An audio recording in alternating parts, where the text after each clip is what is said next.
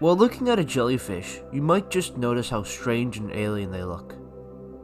But looking further into the facts, you notice jellyfish are actually stranger than at first glance.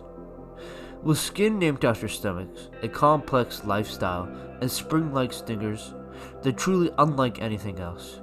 Hi, welcome to Wild Side of Things, and here are facts about jellyfish. To start this video, I'll be asking two questions. What is a jellyfish, and are they even animals?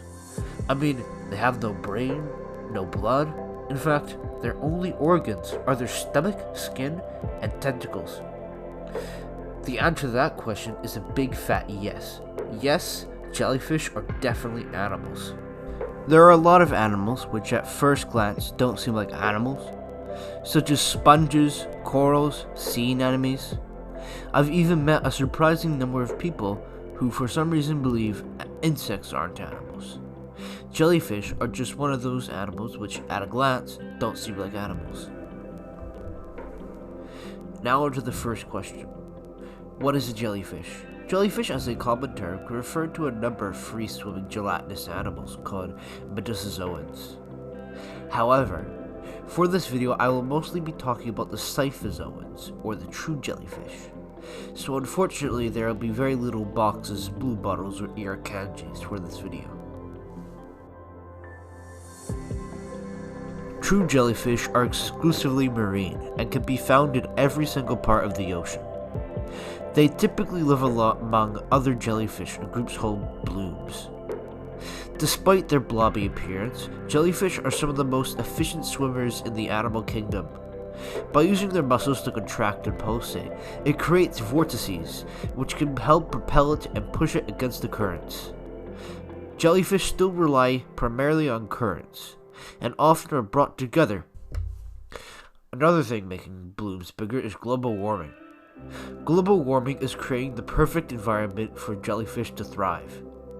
The ocean is warmed by 0.9 degrees Celsius. That may not sound like a lot, but remember, an average rise of 1 degree Celsius kills coral. Along with this, dissolved oxygen levels in the ocean have dropped by 2% since the 1950s, and is predicted to continue to drop by 4% by the end of the century. Oxygen becomes more buoyant and energized in heat. This results in oxygen leaving the water. This has resulted in declining populations of many marine organisms, as patches of ocean become hypoxic. Jellyfish, however, can survive low oxygen levels. This, along with their high fertility rate, results in a booming population, which has been damaging fish populations and fish stocks across the world. Due to jellyfish lacking bones and being mostly gelatinous, fossils of the animals are rare, but the fossils we do have are some of the oldest known fossils of any animal, with the oldest discovered in 2008 being 500 million years old. That's around the same age as some of the earliest animals. Interestingly, jellyfish are also the first known animal to swim using their muscles rather than relying purely on currents.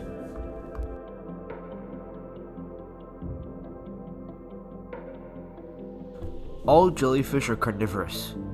How and what to eat varies from species to species, however. Generally, jellyfish are planktivorous, eating whatever animal drifts into their mouths. There are also the rare and strangely interesting parasitic jellyfish, but that's a video for another time. Unlike the box jellyfish, cyphozoans are unable to pursue prey, so instead they wait for prey to come to their tentacles. To kill prey, they use tiny stinging cells called matocysts. These matocysts are basically tiny harpoons which fold and bounce like springs. Once triggered, the harpoons will inject a paralyzing sting which can sometimes be deadly. Oftentimes, these stings can end up fatal for humans. Not all can harm humans, however. Some jellyfish stings are barely even painful for us. Being extremely abundant, jellyfish are preyed upon by a number of animals. Some common predators include many types of fish, turtles, marine birds, and surprisingly us. When beached, many terrestrial animals may end up eating them too. Jellyfish have a number of adaptations to fit their environment. One such adaptation, which makes them extremely hardy, is the respiration. Jellyfish don't have lungs or gills. In fact, they don't have any breathing structures at all. Instead, they breathe straight through their skin. Jellyfish have such thin skin that water can pass right through it. In fact, they only have 2 layers of skin, unlike our 3. There's the epidermis, or surface skin, which is on the outside. On the inside is the gastrodermis, which literally means stomach skin in Latin because the entirety of its innards is one big stomach. In between the 2 layers of skin are their neural nets, which is basically the closest thing to a brain they have.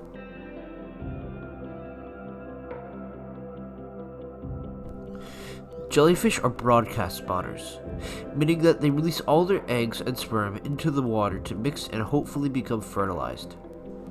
Jellyfish breed at specific times of day, primarily dusk and dawn. While this is the main way jellyfish reproduce, many species can also reproduce asexually. One such example is the immortal jellyfish, which if sick or injured will simply split into bits to clone itself and reverse aging.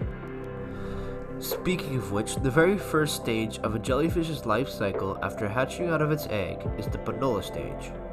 This stage is basically just a larval stage where the panola's entire goal is to find a solid place to develop into the next stage, polyps.